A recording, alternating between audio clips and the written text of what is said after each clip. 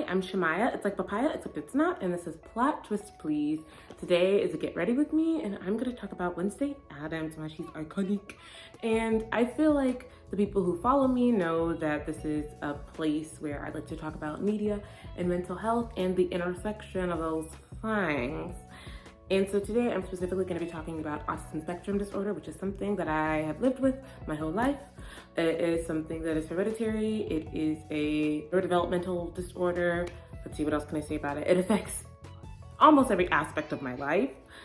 And I think that Wednesday Addams could be interpreted to be autistic-coded. And a lot of people would agree with me. If you've been on the autistic internet for a while, then you know this, but if you haven't, this is probably new information. So I'll try to use this video to cater to like both of those subgroups of people as I get ready for our show this morning. So I'm gonna be putting on some makeup and I'm gonna be putting on my, what's my shaker? The thing you put underneath it all. This. I'm gonna be wearing makeup all day long, darling, because we got a long day. So, Wednesday Addams. If you don't know about the show Wednesday that's on Netflix, there's a show called Wednesday based on Wednesday Addams, i.e. the Addams Family, which is a, I guess, pop culture phenomenon. There are so many reasons why one could interpret Wednesday as autistic. Like, there are so many. Like, every episode, I'm like, this is about an autistic person. This is about the autistic experience. Wednesday's autistic. Like literally every single episode, I was like, oh, I've experienced that. Oh, that's literally my life. Oh, that's me. Like, and so it's just kind of funny. Not the like, you know, murderous stuff. Like, not that stuff, but like the, oh, this is the way my brain works. Why doesn't everyone else's brain work this way? I be thinking that sometimes. But before I really go into it, just one little caveat. I want us to be aware as we find joy in fictional characters that are made up, as we relate to them, and as we find, you know, situations that they go through synonymous to situations that we've been through, that we're currently going through. I think that's a beautiful thing, and I think that's the wonderful thing about media, is that it can allow us to connect with people and to like synthesize and understand experiences that we've had in our own lives. That being said, these are made up characters. They are not real. And so what I want us to try and avoid when we're talking about characters in media that are real, that are not real, that have never existed, is using descriptors or using like phrases that people have used in intellectual studies, like female gaze or male gaze or things of that nature, using those kinds of phrases to describe or to contextualize actual human experiences, to boil down a living, breathing person in this revolving world, on this rock that we live on, all of their experiences or all of their personhood to one character. Like, I'm not trying to feed that machine, okay? Because sometimes y'all need to step off social media for a minute and be like, okay, what happens on TV in a fictional world and what happens in this revolving world on this rock can be two different things. Yeah, I know that you can have that nuance. I know that you can. And so I'm just going to trust that you will do so. One of the reasons why I just completely related to Wednesday is because there's like that scene where she's looking at her parents who are just like obviously in love and have been in love forever. And she's kind of just like a little bit puzzled, just a little bit, this is weird. Or even more so, this is annoying. And I honestly haven't finished the series. I will say that. I'm like on episode 8 or something like that. But what I definitely can relate to is being completely baffled by romantic relationships, especially romantic relationships that have lasted a long time. Because if we think of like probability, right? I'm like, what are the chances that one of you will like become unalive, or that one of you will cheat, or that one of you will just become a heinous person that the other person completely falls out of love with because you know, because people change and that happens, or because life happens and turns us into traumatized people, and then we turn into terrible people because we're traumatized people. It's that you got a fake version of the person you're with when you met them, and then like marriage completely changes them. Like once they have you, they completely change. And all of that, I'm not trying to like hate on relationships, but I'm just saying that like Wednesday being puzzled and a little bit frustrated by the existence of a romantic relationship. I kind of feel that frustration. Like, a lot of autistic people tend to not understand the social economics, social rules around dating and around romantic relationships because it's so confusing. And here's the thing too. A lot of autistic people like to work with systems. We like to work with systems that yield positive results, that yield favorable results. And if we found that there's a system that is not working, we're like, why would I buy into that? Why would I do that if the result isn't something that I want? And so it seems that a lot of people don't understand how to make romantic fulfillment work for them in the end. Like 20 years down the line. I'm not talking about getting in a relationship. I'm talking about in 30 years when y'all are married with children, or when you're together and are tired of looking at each other. Like, a lot of people have not been able to make romantic relationships work. Like, let's just acknowledge that. So I'm just like, and I think a lot of autistic people are like, how are y'all still doing this if it's not working? Like, why are y'all still doing this, being unhappy at the end of it? Like, if you're doing something wrong and we've as people been working at this for generations, if we are still not getting it right, then something is seriously awry. And I think that might be where Wednesday is coming from when she's like, I don't get it. Like, why are y'all trying to be partnered if it clearly doesn't work for so many people? Like, and granted, that might be a pessimistic way of looking at it, but it also, I think, is a very realistic way of looking at it, where like, I understand Wednesday's frustration and confusion with the concept of romance. I'm not saying that romance is hopeless. Like, that's not what I'm trying to say. Like, there are plenty of happy people in loving romantic relationships and fulfilling, healthy relationships. I know that is true, but the concept itself, it can be confusing for a lot of autistic people when we look at the world around us and when we look at how the results have ended up for a lot of people, you know, probability-wise. That comes into a larger discussion about like society and how society has created people who pursue relationships in ways that are not necessarily healthy or fulfilling. But that's another discussion. We're talking about Wednesday Addams. We're talking about, you know, light pop culture topics over here. But if you do want to hear me talk deeper about these kinds of subjects and like have my citations and like resources and everything, check out my longer edited podcast episodes on the same channel where I talk about media and mental health, long-winded conversations. So yeah, I get that part. I also totally understand how Wednesday could just automatically become a prodigy at all these different things. And I'm not trying to like feed into the savant narrative of you're autistic, that means you're gonna be exceptionally good at something. That's not always true. In a lot of ways, society doesn't make it so that can be true for autistic people because there's very little resources out there for adult autistics. And I know it does make sense though, based on how an autistic brain works, that Wednesday would have gotten so good at so many things. And it is because the way a lot of autistic people work is we focus on one thing for a very, very long time until we've mastered that thing. And then once we've mastered that thing, we're like, okay, time to move on. And honestly, I've done that a couple times, even though I don't consider myself a master at anything really. I consider myself a constant student of a lot of things. I don't think I've mastered singing. I don't think I've mastered acting. I don't think I've mastered dancing. I don't think I've mastered writing. I don't think I've mastered producing. I don't think I've, mastered podcasting. Like, granted, there are things that I am good at that I could do exceptionally well in if I focus on one of those things. But I just get bored, honestly, if something is not difficult enough or if something doesn't seem like enough of a puzzle to crack. Then I'm like, I totally get that might be how Wednesday may have mastered like playing the cello and also like fencing and a lot of the other different things that she does. I also totally relate to that moment when she fails. Oh, sorry, spoiler alert.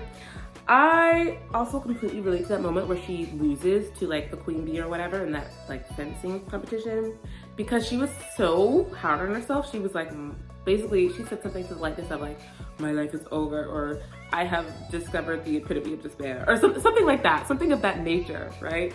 And like, she's a teenager, like teenage hormones, like I get it. That's how we be feeling as teenagers. But I also completely relate to like having such high expectations of myself because I know what I'm capable of.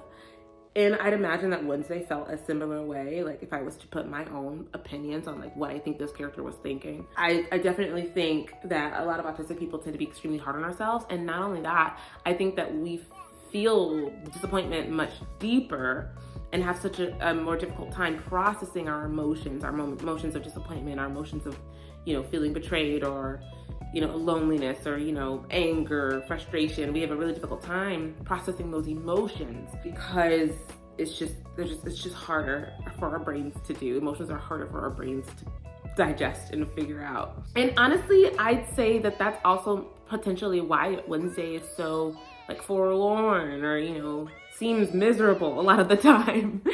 and just has such disdain for the world around her. It's because she has such a hard time processing negative feelings. And so she has no choice but to just like sit, not saying she's no choice or no agency, but like the character might feel like they have no choice but to just sit in those feelings and let them happen, because they're like, I have to figure this feeling out, because if I don't figure it out, then I haven't figured out the puzzle.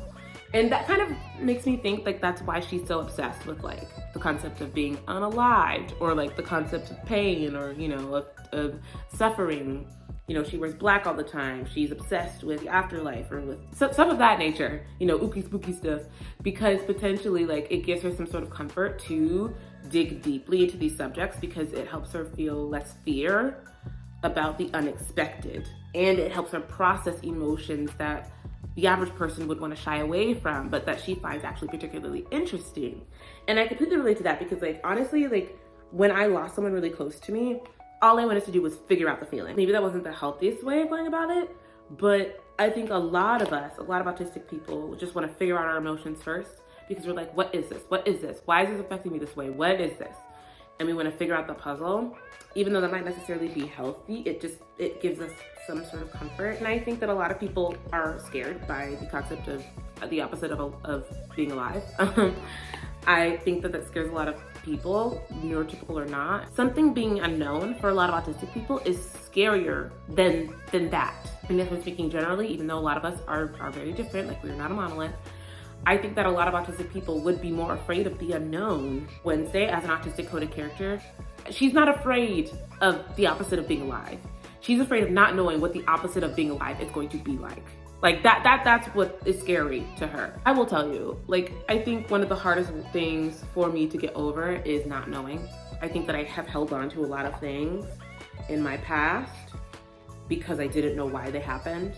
And I think that might be really difficult for autistic people to deal with, you know, just the fact that there are some things that you're not going to know. Here's the thing too with Homeboy, with the boy, little boy. Can I just say, I hate the boys. I hate the boys in this series, all of them. Well, no, yeah, I hate them all. They all suck. The characters are not real people, so I can say that. I hate them. I don't know, y'all. They're just like classic teenage boys, I guess. But there's, you know, Homeboy, Ginger. I don't know if he's Ginger. Maybe he just gives off Ginger energy. But the guy who she like ends up going to the dance with, when he first kind of lets her know that he has feelings for her in the most indirect, immature way possible. I'm sorry. I'm just like, my man, my brother, how you gonna think she gonna know how you feel if you don't tell her how you feel?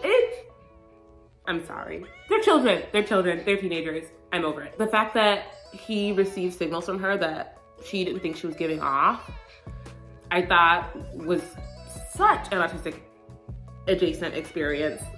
Like, I was fully just like, I think I experience this every day of my life, and it is one of my biggest fears in a dating scenario. And I honestly feel like, okay, I think I may have overdone it with the foundation, but it's fine. It's fine, we're glowy and stuff. I think that this is a very autistic adjacent experience, because a lot of the time autistic people have a difficult time reading social cues, or rather interpreting or even responding to social cues.